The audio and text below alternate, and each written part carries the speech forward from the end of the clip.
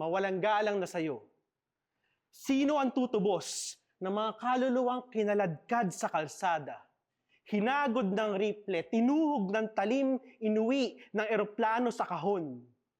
Ginawang gripo, ang atay binitay, sa bansag at palayaw na erehe sinindihan ng mayor ang tahanan. Ginutom sa lupang sinasaka, ginawang asintahan, bago sabitan ng medalyang karton, pinalubog sa bangkang langgam sa anino ng katunggali, pinalunok ng bubog, pinaluhod sa asin, binanat ang buto mula sandaling mabuo, hanggang sa ilibing sa sementeryong wala man lang pambayad ng pintura ng basag na lapida.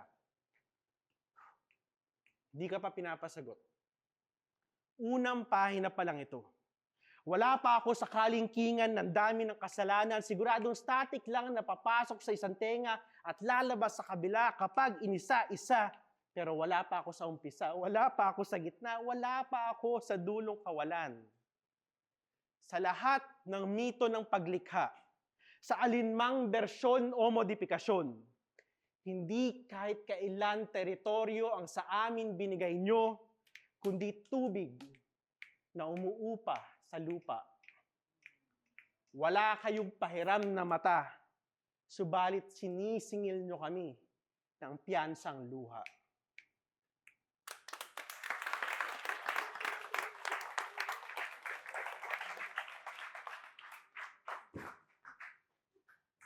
Hi, magandang gabi sa lahat.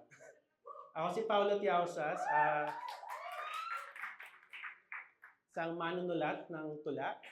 Yung binasa kong tula kanina, ang pamagat niya ay Teritoryo. Mula siya sa isang binubuo kong koleksyon ng mga tula na ang pamagat ay Filipino Zero.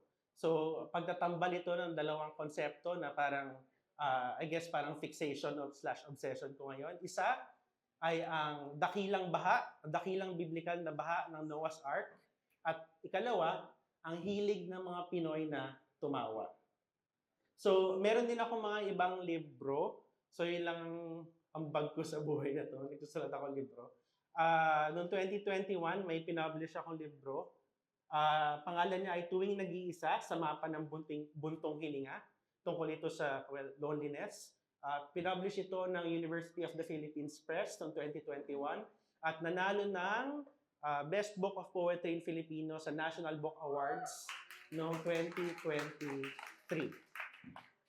This year, may lalabas naman akong aklat mula sa Ateneo University Press. Ang pamagat ng tulang ito ang pamagat ng aklat na ito ay Angas? So itong libro naman na ito ay tungkol sa toxic masculinity. So, yun yung mga libro. Maraming salamat sa ating organizer, sa Tadhana. Maraming salamat sa hosting. Maraming salamat sa mga kapwa-artist ko na nandito. At maraming salamat, syempre, sa lahat ng pumunta. Kayo ang bumubuhay sa eksena. No? Ang ikalawang tula na babasahin ko ay galing dun sa binanggit kong binubuo kong libro na Filipino Zero. Ang pamagat ng tulang ito ay Tawa na Lang.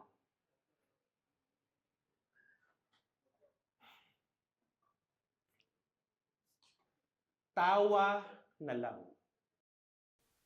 Kesa unawain ang isang kasaysayang nailuwal bago magdesisyong tumawa na lang. Tawa na lang kesa hingiin kay tatang ang sukli sa jeep. Tawa na lang kesa sitahin ang motor na muntik na mabundol yung aso na tumatawid sa pedestrian lane. Tawa na lang kesa humindi sa alak. Tawa na lang kesa singilin ng lumang utang. Tawa na lang kesa sabihan ng kaibigan na hindi na tayo gumagamit ng ganyang salita. Tawa na lang kesa malagay sa peligro mga lihim na ipinagkatiwala. Tawa na lang kesa sumuko. Tawa na lang kesa mapagkamalang walang diskarte, kesa iasa ang kinabukasan sa mga kamay na kahit kailan di naging magaspang. Tawa na lang, kesa naman hindi masaya. Hindi naman sa magkatumbas ang saya sa pagtawa. Tawa na lang, kesa marinig na naman ang sermon, ukol sa mga dagat sa isip, ang mga barkong, nanganganib tumaob ang mga kidlat at mga halimaw at mga uli-uli, habang sa gabi-gabi napipisa ang ulo hanggang sa kumatas tila kamatis. Tawa na lang, kesa maging seryoso. na ibang-iba sa tawa na lang kaysa seryosohin. Tawa na lang kaysa lunukin ang bato ng hiwalayan.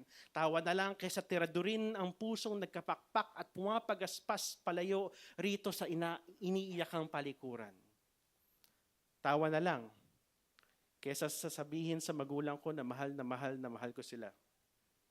Tawa na lang kaysa umiyak. Tawa na lang kaysa maging karne o prutas o lapis o sobrang tanging patlang ang nakasulat kaysa sa kahit anong address. Tawa na lang kaysa maging butas ng gulong. Tawa na lang kaysa maging inabando ng stuffed toy sa overpass. Tawa na lang kaysa hamunin ng Diyos. Tawa na lang kaysa hamunin ng mga kaibigan. Tawa na lang kaysa hamunin ang mundo at ang mga galamay nito na hindi kinikilala ang karapatan mo. Tawa na lang kaysa maging baril, maging bomba. Tawa na lang kaysa mapagtawanan ulit. Tawa na lang kaysa atakihin ng taba sa puso. Tawa na lang kaysa tumawa na lang. Tawa na lang kaysa maging papel na bangkang pumapalaot sa ilog na sabay ng bagyo at dilim, sabay ng nakaraan at kinabukasan, sabay ng apoy at asin. Tawa na lang kesa maging alingaungaw, kesa manahimik. Tawa na lang kesa maging halos tula. Tawa na lang kesa maging bula. Maraming salamat.